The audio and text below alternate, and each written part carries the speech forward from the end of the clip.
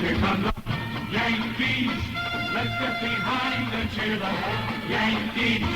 They're gonna learn to feel the Yankees. Everyone knows they play to win, 'cause they're the New York Yankees. Let's get behind and cheer the Yankees. They're gonna learn to feel the Yankees. Everyone knows they play to win, 'cause they're the New York Yankees. Munson does not go. The ball is hit deep to right center. That ball's out of here. The Yankees win it. In the bleachers, holy cow, a long home run for Reggie Jackson. And the Yankees win it 2-0. What a drive by Jackson. 1-2 pitch. Swung on and missed. Ball game is over. Ron Gentry striking out 9 men, 2 over the air in the 9th inning. A stretch. And the curve bounced. Nettles up with it. Goes for Randolph. One back to first. Double play. Holy cow. And the pitch. Struck him out. How do you like that Sparky Lyle? He is unbelievable. Jackson with 4 runs batted in. Sends a fly ball to center field and deep. That's going to be way back, and that's going to be gone. Reggie Jackson has hit his 3rd home run of the game. The New York Yankees, a special team for everyone. A team that is as much a part of the American way of life as apple pie and the stars and stripes. A team so steeped in tradition that only the rarest of breeds can uphold its rich heritage. Yes, ball players are made, but Yankees are created. Autumn holds his set. Here's the pitch to Mantle. There it goes. Long drive. Out to right field. This one is going. It is going. It is gone. 533 for Mickey Mantle. The runners widen their lead. Here comes the pitch, and here comes Joe DiMaggio racing for the plate. He lays it down toward the first baseline. Bob Lemon races over. Hits the ball up and got nowhere to throw it as DiMaggio crosses the plate with a winning run on a squeeze play as the Yankees win it 2-1. Here's the pitch to Willie. There's a liner straight to Richardson. The ball game is over and the World Series is over. Willie McCovey hit it like a bullet. A line drive right straight to Bobby Richardson at second base. Had that ball got out of his reach, the Giants would have been the winner. Now it's the Yankees. Mitchell waiting. Stands deep, feet close together. Larson is ready. Gets the sign. 2 strikes, 4-1. Here comes the pitch. Strike 3. A no-hitter, a perfect game for John Morrison. Here's the windup. Fastball hit deep to right. It's looking it. Way back there. Holy cow. Hi, everybody. This is Phil Rizzuto. And for the past 21 seasons, I have had the pleasure of broadcasting Yankee baseball. And for 16 seasons before that, I knew the joy of wearing the Yankee pinstripes. So when I tell you that I participated in and witnessed many memorable moments in New York Yankee history, you can believe me. But even though I played with the likes of Joe DiMaggio, Bill Dickey, Yogi Berra, Whitey Ford, and Mickey Mantle, marveled at the managerial genius of Joe McCarthy and Casey Stengel, and know all about the legends of Ruth, Gehrig, Coombs, Lazzeri, and their fiery little leader, Miller Huggins, I still cannot help but feel that this 1977 contingent of New York Yankees gave its great legacy its most glorious moments and restored the Yankees as the proud kings of baseball. Bunt popped up. Torres has got it, and the Yankees are the world champions for the 21st time and for the first time in 15 years. The success of the 1977 Yankees does not start with this season, but dates back to the cold, wintry day of January 3rd, 1973, when a group headed by George Steinbrenner purchased the New Yorkers. An astute student of the game, Steinbrenner was well-versed on Yankee heritage, and it was his goal to restore the New York Yankees to that lofty pinnacle that had been their private domain for so long.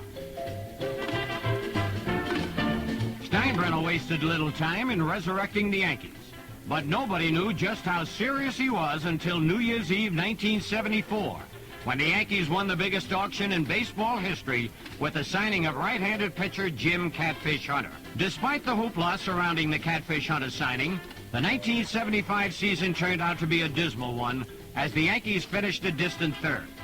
But even in defeat, the seeds to future greatness can be sown. And that is just what happened to the New York Yankees in the summer of 1975 with the appointment of Billy Martin as manager. Everything appeared on course in 1976 as the Yankees coasted to the American League East title and then won a hard-fought playoff series with Kansas City. But in the World Series, it all came undone as the Yankees lost to the Cincinnati Reds. So it was back to the drawing board to put the finishing touches to this potential champion. Despite this newfound wealth of talent to go along with an already glittering cast, the Yankees knew the 1977 season was going to be a tough one.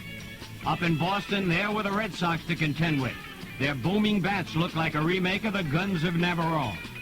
And down in Baltimore, there were the Orioles. Although hit hard by the free agent draft, you simply do not discount an Earl Weaver-led team. And so the script was written for the 1977 season. It is very difficult to look back on a season and pick out one play or game and label it the turning point. But in the case of the 1977 Yankees, it is a rather simple task. Stories abounded throughout the nation of discord on the Yankees. It appeared that this mighty baseball machine might self-destruct. However, in the Yankee camp was a veteran of Yankee pride. He had been weaned on it. So on the night of June 24th, with 2 outs in the bottom of the 9th inning, and the Yankees down by 2 runs, second-year second baseman Willie Randolph tripled. Up to the plate stepped Roy White, senior member of the Yankees, to face Boston Red Sox ace reliever Bill Campbell and illustrate to his teammates how a Yankee gets things done. Now with Willie Randolph at third, 2 outs here in the 9th inning. The Yankees are down by 2. That one is hit well to right field. And the ball game is tied up. What a way to pass Rizzuto.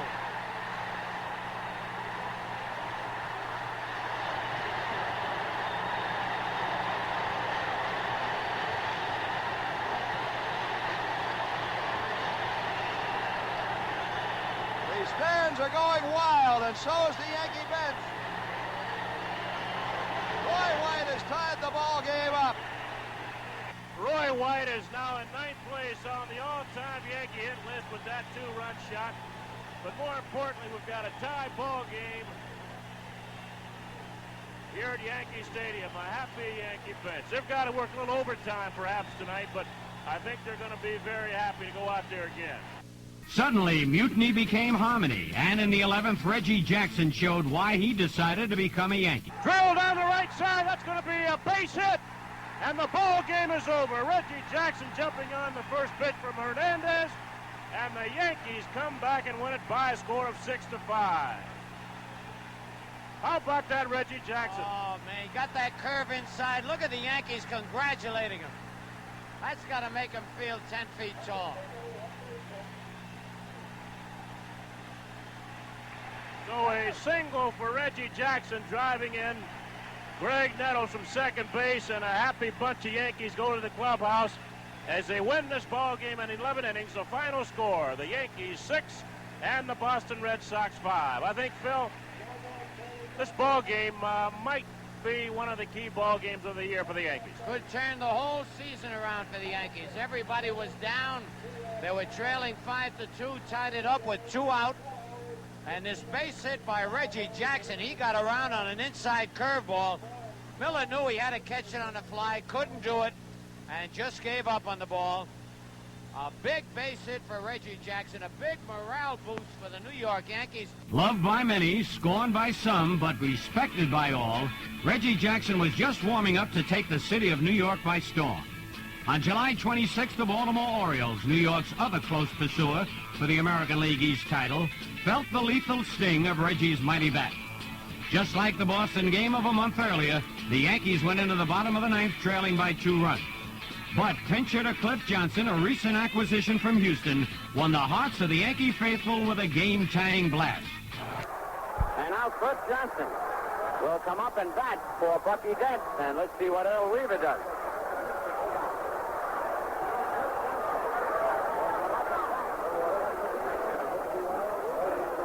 And they want to know, they're moving the outfielders around. They want to let Tippy Martinez stay in there. Cliff Johnson batting batting .268, 4 doubles, 4 homers, and 7 runs batted in. Johnson has 15 hits and 56 at-bats, and 8 of them extra base hits. And on deck, Willie Randolph. 1 man out, bottom of the 9th, Yanks, trailing 4-2. Pitch to Johnson. No, another nice scoop by Skaggs. Boy, what a job he's done behind the plate tonight. 1 ball, no strikes. Roy White at first base with 1 man out. Very few people leaving this ballpark. Those that are leaving are walking slowly. He's to right field. Holy cow, that ties it up.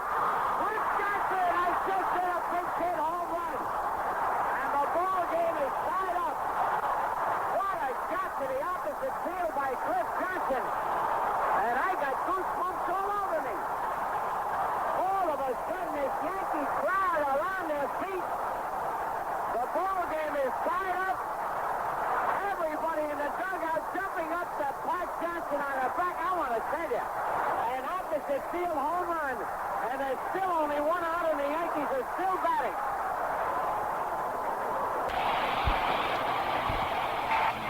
Then in the 10th, Reggie Jackson untied it.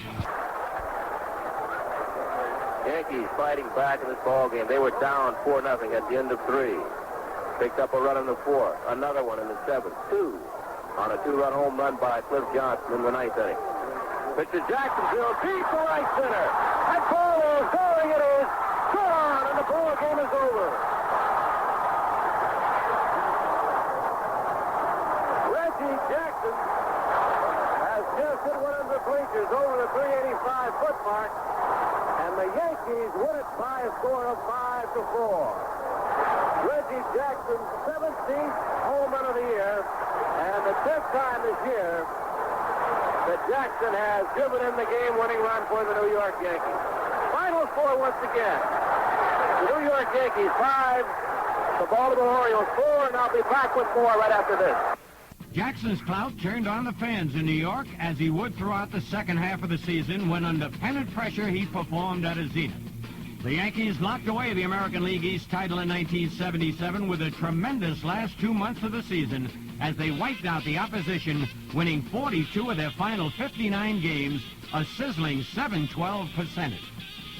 The Yankees moved into first place to stay on August 23rd in Chicago, when they defeated the White Sox 8-3. It was a tie ball game at 3-3 in the 7th inning, when Mickey Rivers drove home the run that would propel the Yankees into first place.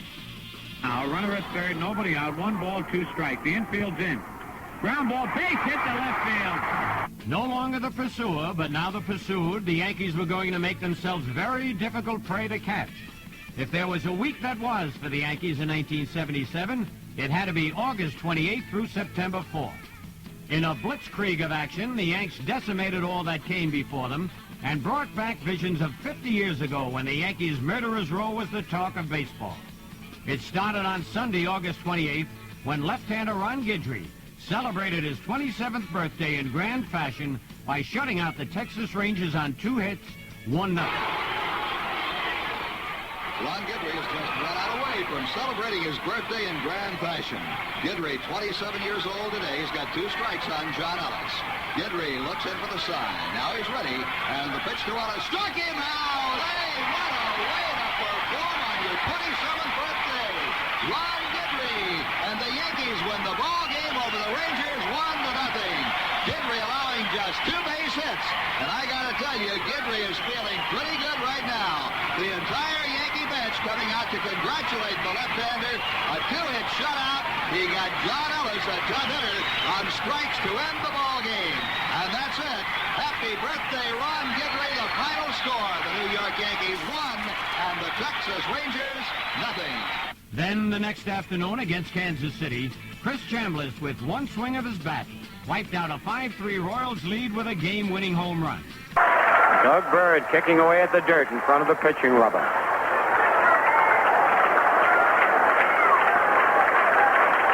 He gets the sign from Porter. And the pitch to Chambliss, a curve breaks over. That was an off-speed curveball. Chris looking for the fastball. Couldn't pull the trigger. Now he's got to be ready for anything.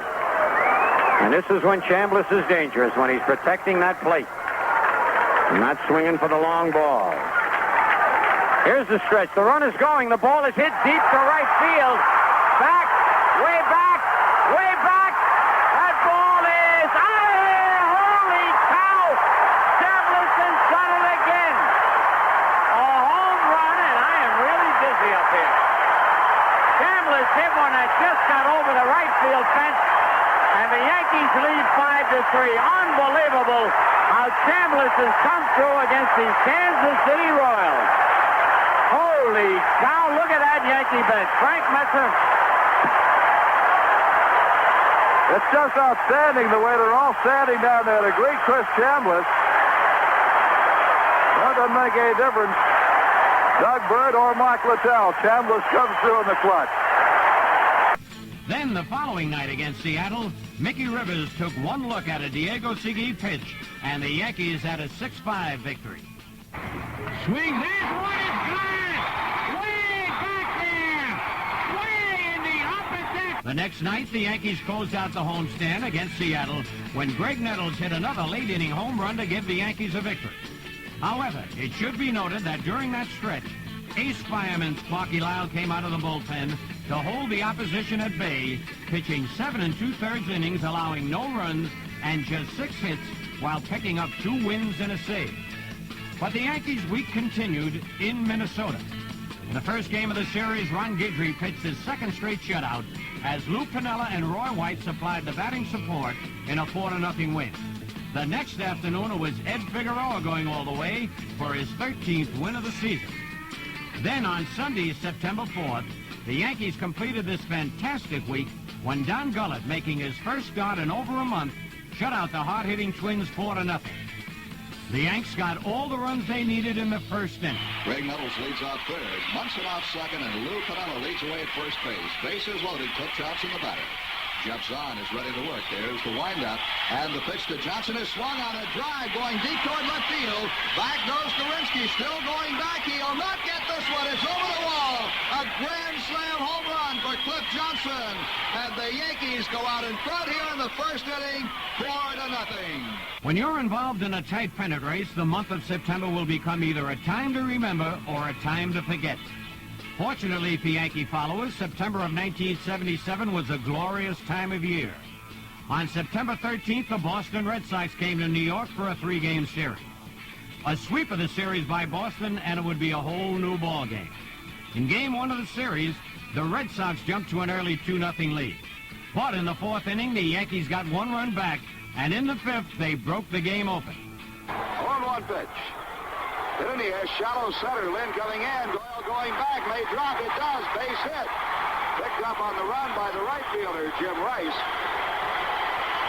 And Bucky Dent is on with a Texas League single in the shallow center. The first pitch to Rivers. Hit in the air to deep right field. This one is way back. It's gone. It is gone. A home run for Mickey Rivers. The Yankees lead 3-2.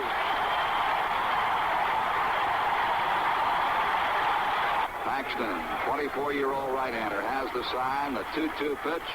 Lined out toward left center field. Lynn will not get this one. It's in for the base hit. Munson has his second hit of the ball game. He deals. Drive deep right field. This one is way back, and it is off the wall. The ball is in play.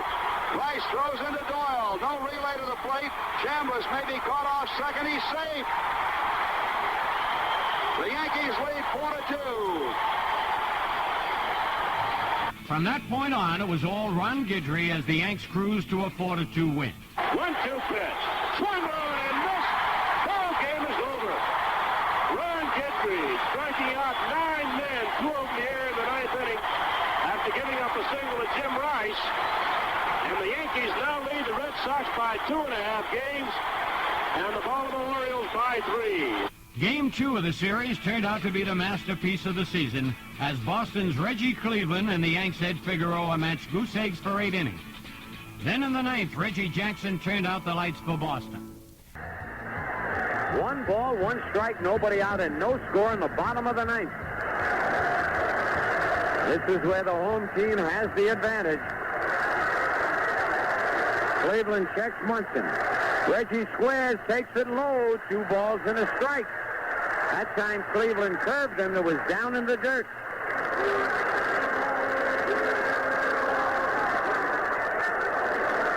On deck, Chris Chambliss.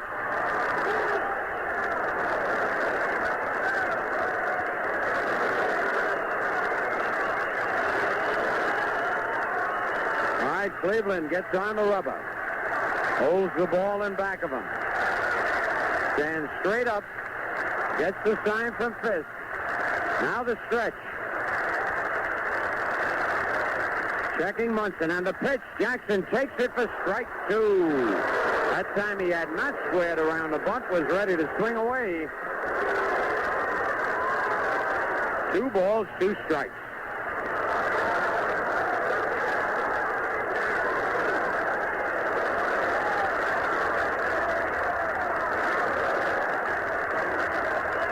Cleveland sets again.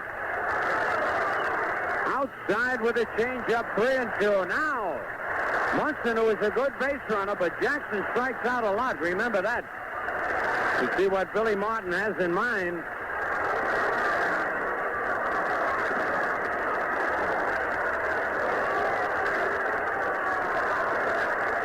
Three balls, 2 strikes. Nobody out. Munson leads away.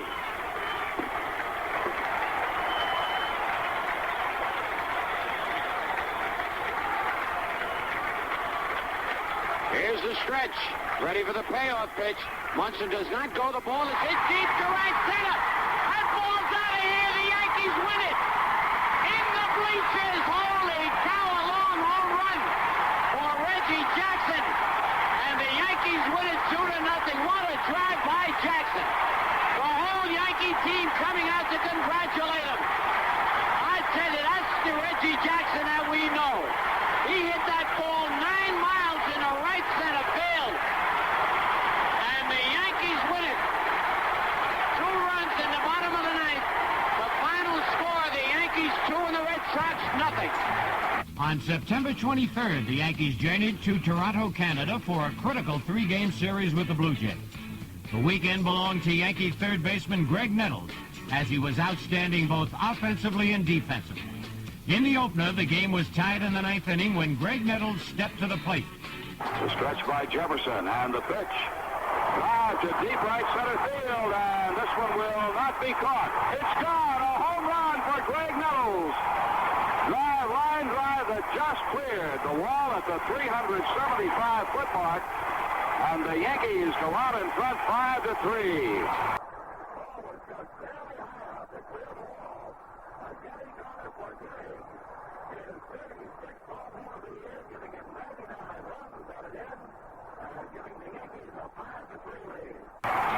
Two days later, the Yankees won the first game for a doubleheader 15-0.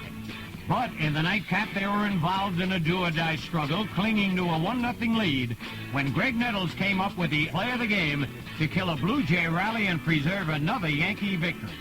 Chambliss holding the bag against McKay.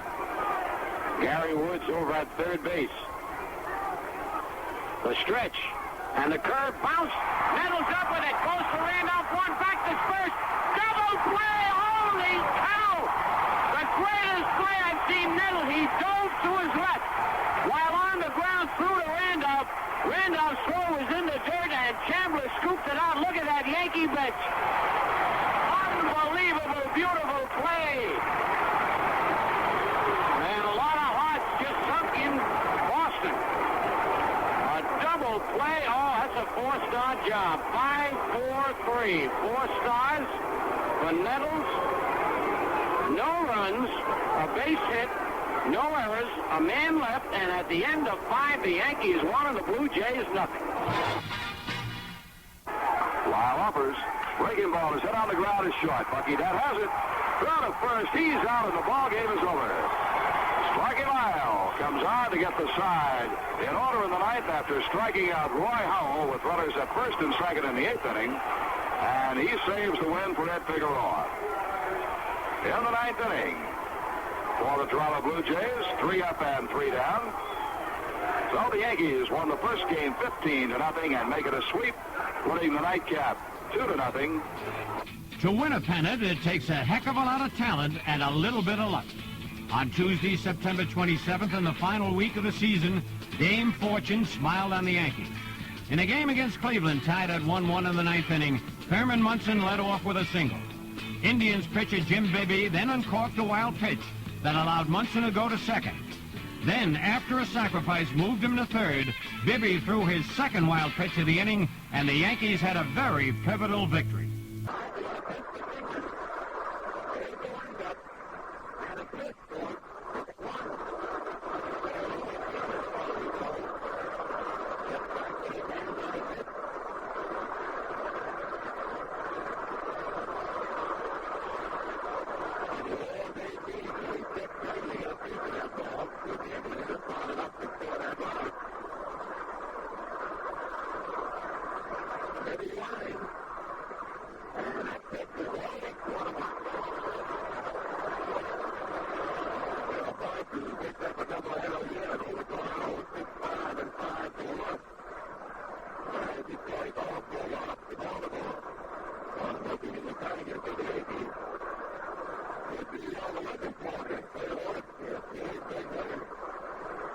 The 1-1 pitch.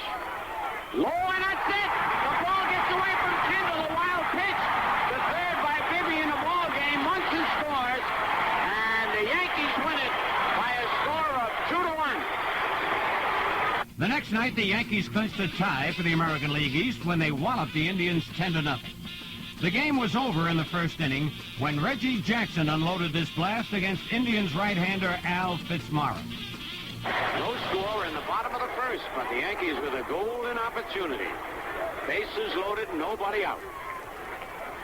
A weird inning. The Yankees have not hit the ball out of the infield. They got 3 men on. The 2-1 pitch hit deep to right field. Grand slam out for Reggie Jackson, and the Yankees lead 4-0. Holy cow, a line drive home run for Reggie Jackson, and he now has 109 runs batted in on the year, and the Yankees are out in front 4-0. But the pursuit continued. Finally, on Friday, September 30th, the Baltimore Orioles bowed out of the race when they lost to Boston. Then, the next afternoon, as monsoon rains fell at Yankee Stadium, the joyous news came that the Boston Red Sox had lost their fight. Billy Bob has made a few changes as the Yankees, during the rain delay, won the Eastern Division Championship in the American League as the Baltimore Orioles held on to defeat the Boston Red Sox 8-7 at Fenway Park. Phil Rizzuto, a bizarre ending to quite a pennant race. Oh, it really was a bizarre ending, and a great ending, I might add, for all Yankee fans and for all of us that followed the Yankees all year. So the fight for the American League East was over. It had been a little more difficult this time around, but a lot more interesting for Yankee fans. But now there was the playoffs and hopefully the World Series to contend with. It was nail-biting time all over again. But in the ensuing weeks, the frustrations of 15 seasons would be soon gone.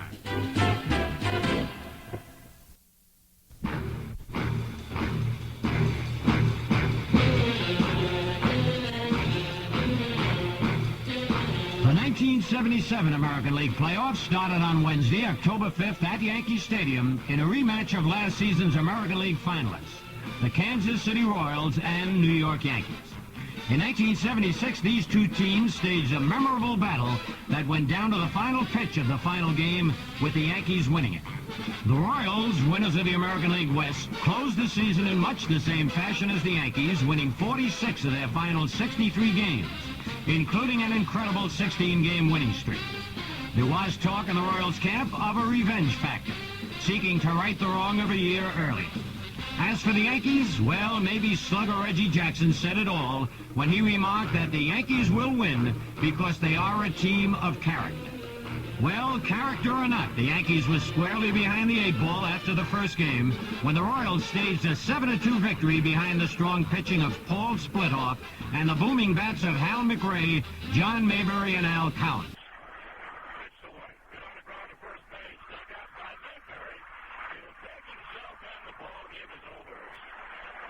Royals just have to win enough to lead the American League Championship Series by beating the The following night, the Yankees evened things at 1 game apiece. The Royals jumped to an early 1-0 lead in the third inning. But in the fifth, the Yankees came back. Royals starter, left-hander Andy Hassler, was pitching a brilliant game, having retired 13 of the first 14 batters to face him. But in the fifth, with Cliff Johnson at bat, things were about to change dramatically. Here's a 1-2 to Johnson. Swung on it, deep to center field. Going back is Otis. He's up against the wall, and it's gone! Cliff Johnson has just tied this ball game up at 1 apiece. A drive to deep center field, over the 417 mark, and up against the stands.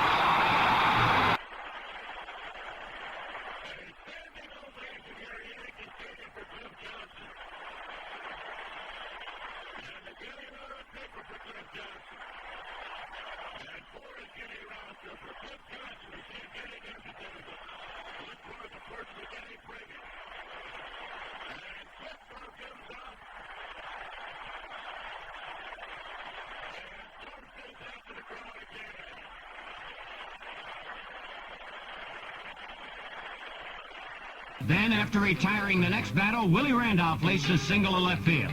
Hassler then committed a costly balk to put the runner in scoring position, and shortstop Bucky Dent brought him home.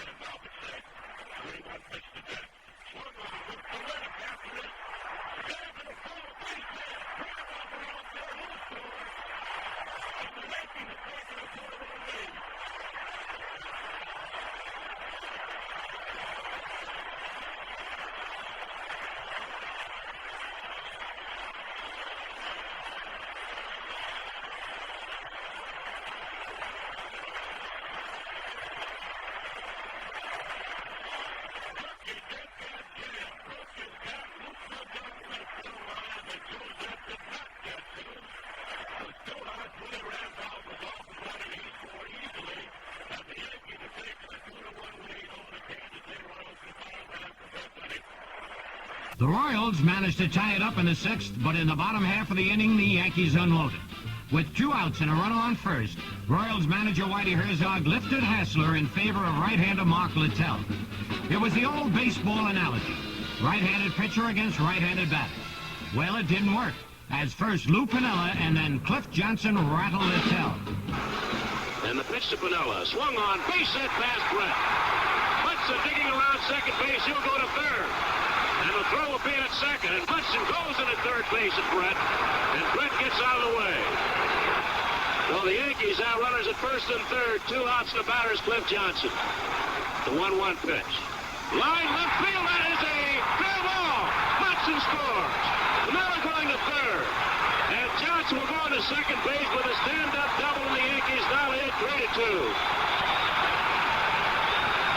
Then, after an intentional walk to Chris Chambliss that loaded the bases, Willie Randolph hit a shot that handcuffed Kansas City third baseman George Brett, allowing 2 more runs to score and give the Yankees a 5-2 lead. The 1-2 to Randolph. Swung on, hit right to Brett. Piniella will score. Johnson around third. He's going to score. Going into second base is Willie Randolph, and the Yankees now lead 5-2. The Yankees scored once more in the 8th to account for the final score of 6-2, as Ron Guidry coasted the final 3 innings, retiring 13 of the last 14 batters he faced in evening the series at 1 game apiece. The 1-0 pitch. Fly deep to center, but Rivers with plenty of room. The crowd's on their feet. Mickey makes the catch, and the ball game is over. Oh, they are mobbing Guidry. What a job by the young left-hander. No runs, a hit, no errors, a man left. The final score, the Yankees Yankees 6 and the Royals 2. So now it was down to a best-of-3 series. However, all 3 games were to be played in Kansas City, where during the regular season the Royals had been practically unbeatable. So when Kansas City ace Dennis Leonard handcuffed the Yanks on 4 hits in Game 3 and cruised to a 6-2 victory to give the Royals 2-1 lead in the series, you had to be wondering, could the Yanks come back? Would this team of outspoken individuals receive an infamous stigma of having blown it against the more docile Royals? Well, on Saturday, October 8th, the Yankees took to the field ready to fight it out to the end. October 8th, that is an interesting date in Yankee history. It was on October 8th, 1927, that the Murderers Row Yankees completed probably the most fantastic season ever by beating the Pittsburgh Pirates for the World Championship. It was October 8th, 1939, that the New York Yankees completed the first true dynasty in baseball history when they defeated the Cincinnati Reds for their 4th consecutive championship. It was October 8th, 1956, that Don Larson pitched the only perfect game in World Series history. And it was October 8th, 1958, that the New York Yankees tied up the World Series, rallying from a 3-1 deficit in games, a series they would eventually win in 7 games. So if you wanted to best the Yankees on October 8th, you had better hope the Ides of baseball smiled on your behalf. The pregame banter was anything but somber as Yankee manager Billy Martin placed his head squarely on the block with some disparaging remarks about the Royals' starting pitcher Larry Gore. And fortunately for Billy, his comments did not come back to haunt him as his Chargers raced to an early 4-0 lead. And Mickey Rivers walks into the batter's box ready to lead off. And the first inning is always a key inning in a short series. Brett is in at third as Gore winds, and the pitch is hit deep to right center field. Nobody's going to get that one. That ball is off the wall, and Rivers is going in at second base with a stand-up double. Holy cow! The Yankees, I said, were going to come out swinging, and Rivers on the first pitch just missed a home run by about a foot. The payoff pitch.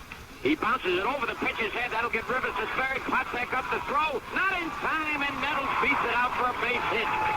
And this could be the day the Yankees get the break. Gore sets, checks the runners. And the pitch bounced to third base. They might get 2. Brett goes to White for 1, and Nettles screens him. And he's safe as Mayberry dropped the ball. Nettles went in standing up and knocked Frank White back about 10 feet. Rivers scores before the Yankees are out to play today. There's a base hit in the hole to left field. Pulled it right between Brett and Patek. So a 2-out single by Willie Randolph. And the pitch is short. Oh, that's down the line. That could score Randolph. That's a fair ball. Don't bounce in the seat. It didn't bounce in the seat. And Randolph will score on a double by Depp. And the Yankees almost got hurt by that because it bounced there, hit the foul pole, and almost went into the bleachers. Would have been a ground rule double. But luckily it came back on the field, and the Yankees are out in front 2-0. Pitch to Mickey. Up the middle, up base hit for Rivers, and the Yankees lead 3-0 as Dent comes around to score. I want to tell you that Rivers is the best 2-strike hitter on the Yankee team. He really got that play. Base hit left field. Bullet, that's going to be a double. It got by the left field. I tell you, this artificial turf. Going over there, Poquet thought he was going to get to that ball, and suddenly it hit that artificial turf and just zoomed by him, hit the bullpen fence, and Munson is on with a lead-off double. Here's his 1-2 pitch. Munson's going, base hit right field. Holy cow, a hit and run.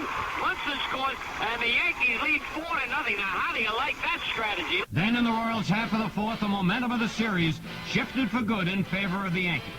The Royals were on the verge of delivering the knockout punch, having narrowed the Yankees' lead to 5-4.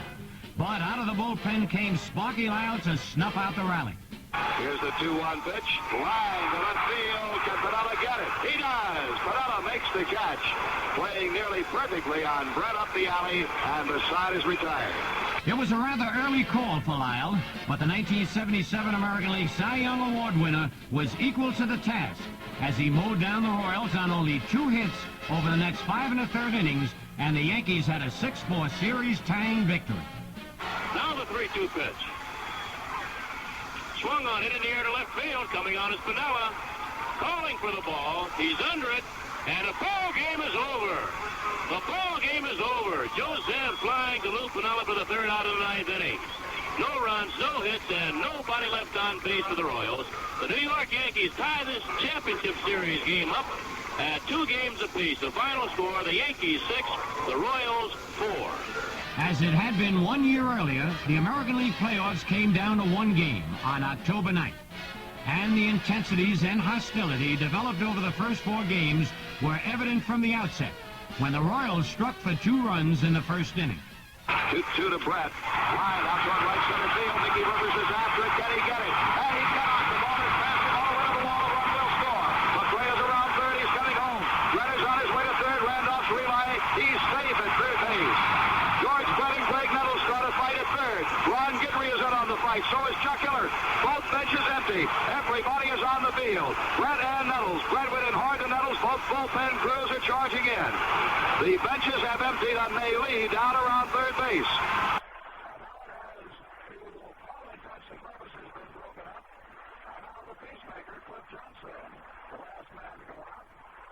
From the Yankee bench, here's the man that could go out there and bring it up single-handedly. Fuller heads prevail, and if they get Ron Guidry away from the fray. Darrell Porter's being run away. Ron Guidry jumped right in. And you don't want to see that happen. You're a pitcher. Your number 1 pitcher must not be injured in something like this. The umpires are restoring order. A run has scored. Brett was safe at third base and went after Nettles. He went in hard. He hit Nettles. The puncher started flying. And now Fuller has a prevail. Left-hander Ron Guidry was the Yankee starter, and although he gave it a valiant effort, working with just 2 days' rest was too much.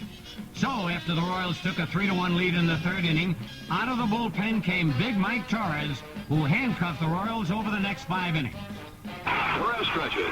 Checks Collins with a look. 2-2 pitch to Wappen. Struck him out, swing and a miss.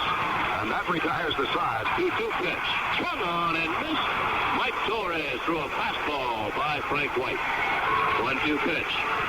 Swung on and missed.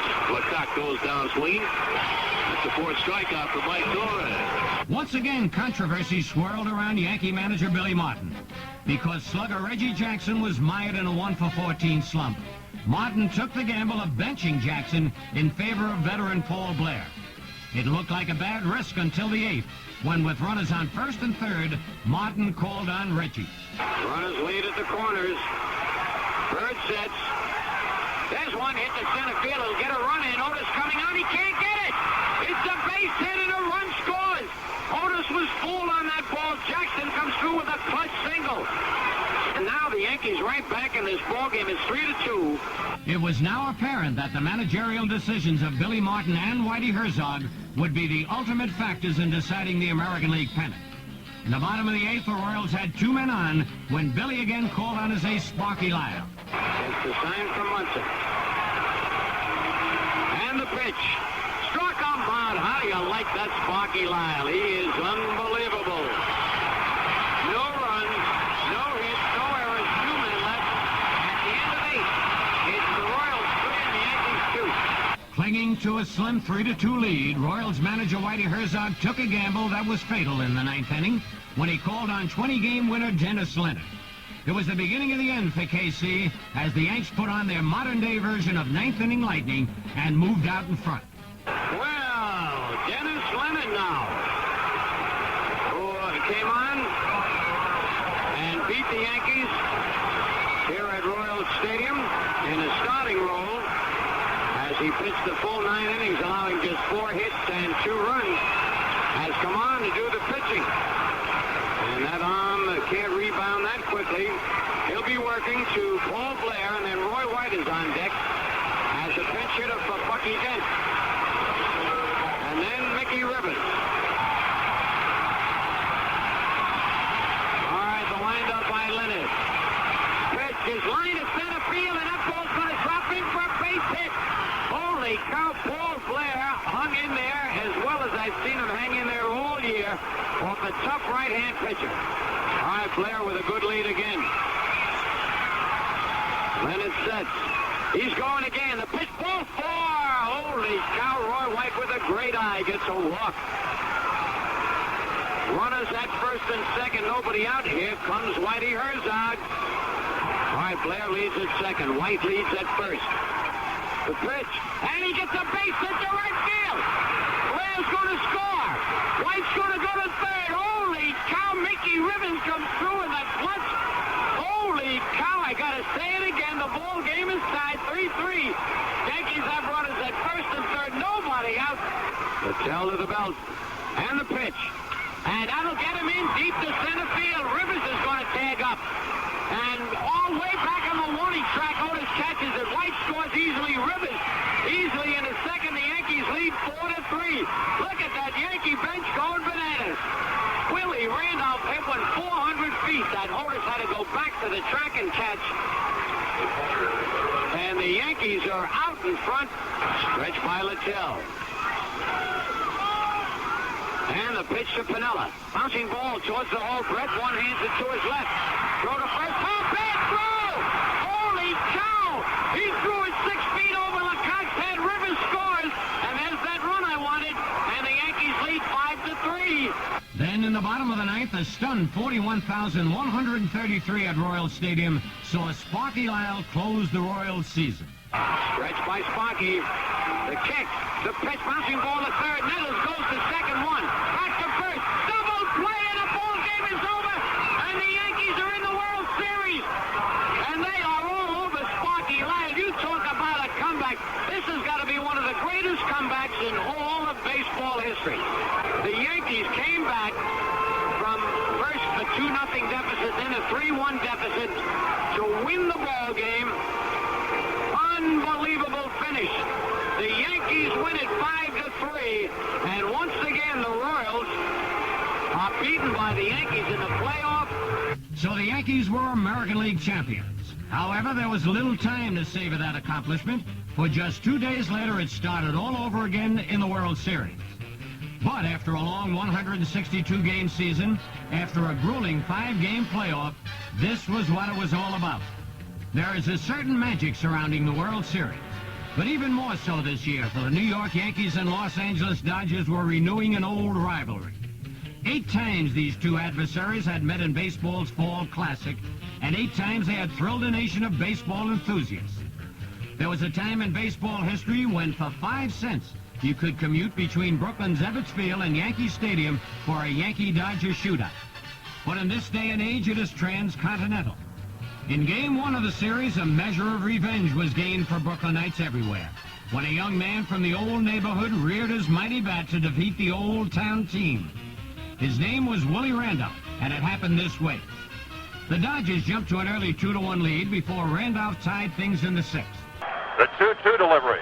Fly ball to left field and deep. Baker going over toward the corner. This one is gone. Home run, Willie Randolph.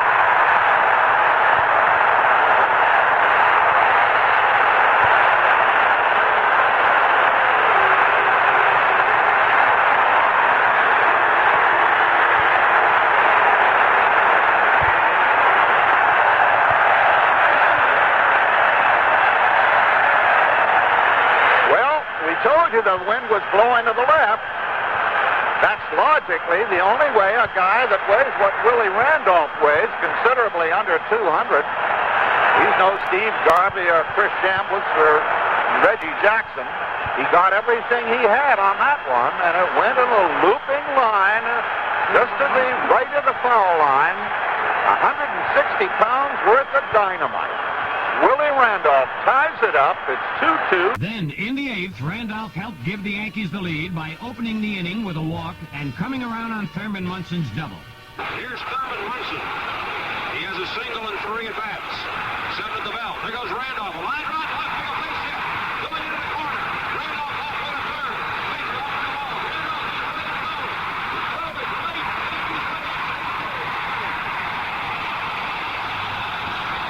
Don Gullett started for New York, and for 8 innings he was practically untouchable. But in the 9th he tired, and the Dodgers tied it. However, out of the bullpen came Sparky Lyle, and he held the Dodgers scoreless until the bats of Willie Randolph and Paul Blair won it for New York in the 12th. Willie Randolph leads off against Roden. Bottom of the 12th inning. The Yankees have put the leadoff batter aboard in 5 of the last 6 innings. Roden winds and delivers, and Randolph puts one to right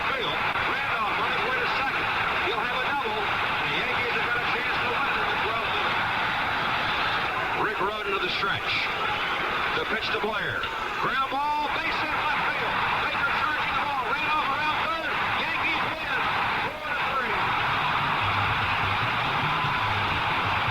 4-3. Game 2 belonged to Los Angeles as Bert Hooton limited the Yankees to just 5 hits in his 6-1 conquest. So now the scene shifted to Los Angeles for the next 3 games. Before a Dodgers Stadium record crowd of 55,992, the Yankees took a 2-1 advantage as they beat the Dodgers in Game 3, 5-3. New York took an early 3-0 lead in the first inning, but the Dodgers came back with 3 runs of their own in the third, thanks to a Dusty Baker home run. Then in the fourth, the Yankees got what proved to be the game-winning run. John's next pitch drifted into center field, base hit. And Nettles will hold at first base.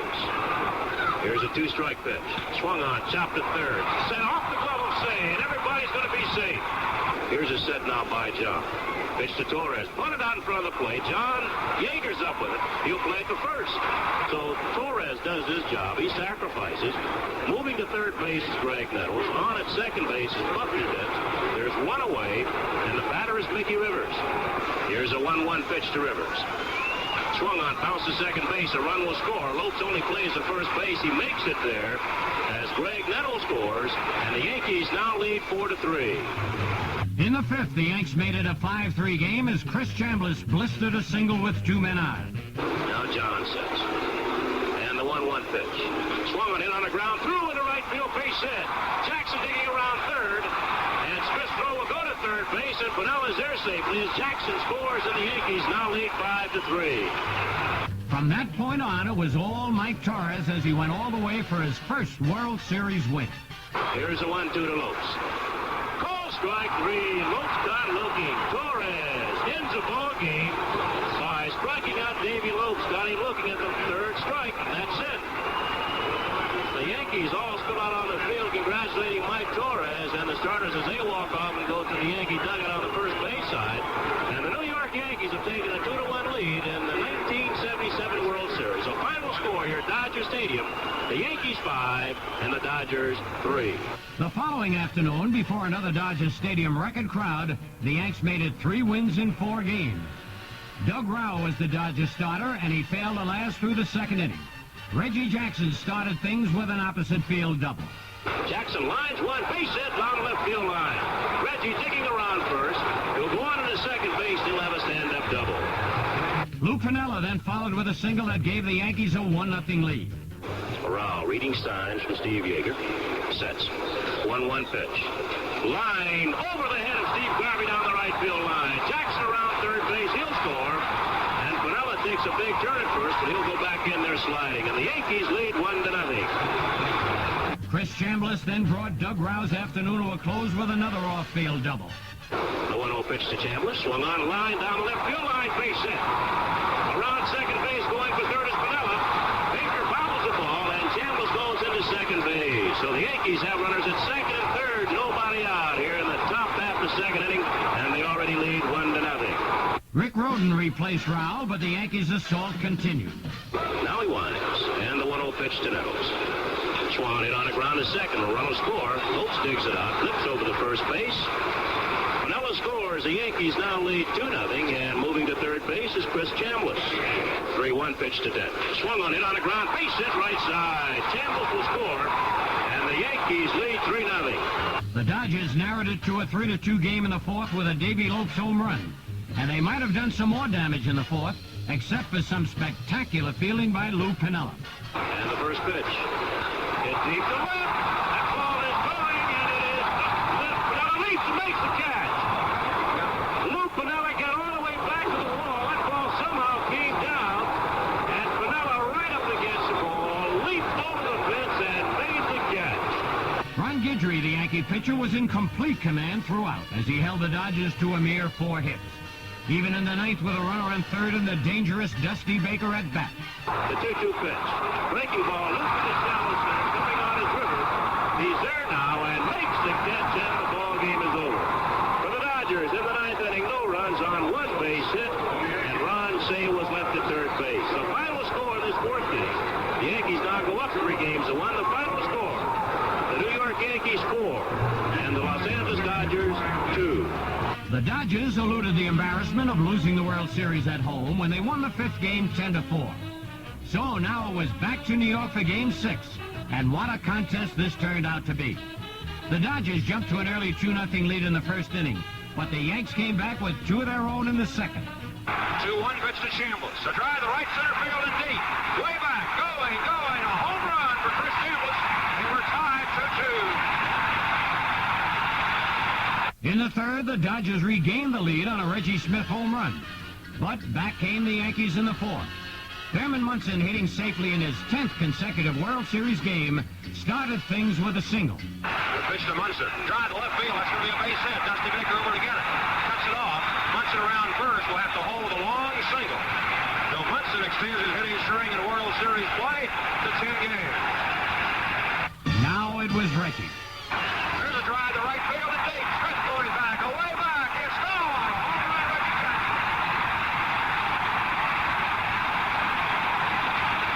Ilias Sosa relieved starter Bert Hooton and promptly gave up a double to Chris Chambliss. Sosa to the windup. The 3-1 pitch. Popped up. To the left side. Russell going out in shallow left. Baker coming in. Russell calling. Ball drops. On the way to second, Chambliss, and he'll make it. After moving to third on a ground ball, Chambliss romped home on a Lou Piniella fly ball. The 1-1 pitch. Breaking ball line to left field and deep. Baker going back. He'll catch it. But Chambliss will score after the catch. And the Yankees lead 5-3. The Yankees made it 7-3 in the fifth as Reggie Jackson turned on the fans in New York with his second home run. Sosa set. The pitch. Drive to right field and deep. Way back. Going. Gone. Another home run for Reggie Jackson. And the Yankees lead 7-3.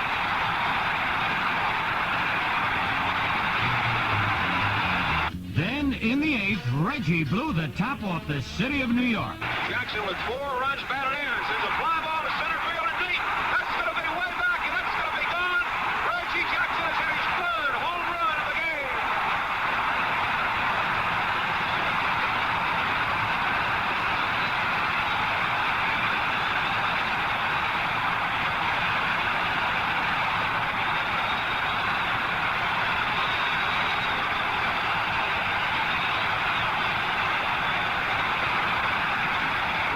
Jackson becomes the second man in World Series history to hit 3 home runs in a game.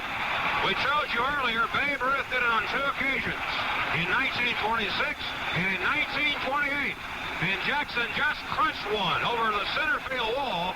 That must have been 440 feet or more away, and they want Jackson to come out and take a bow with the Yankees leading 8-3 in the 8th inning. And Reggie Jackson with 3 home runs and 5 RBIs, and there he is. Takes his hat off, waves his acknowledgement to the Yankee fans. Says thank you very much.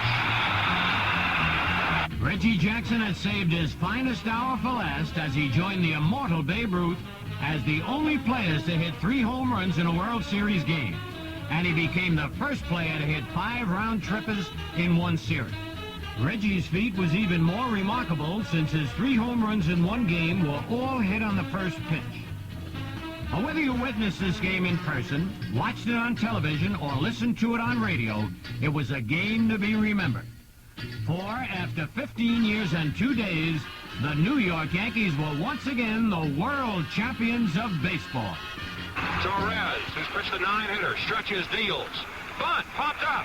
Torres has got it, and the Yankees are the world champions for the 21st time, and for the first time in 15 years.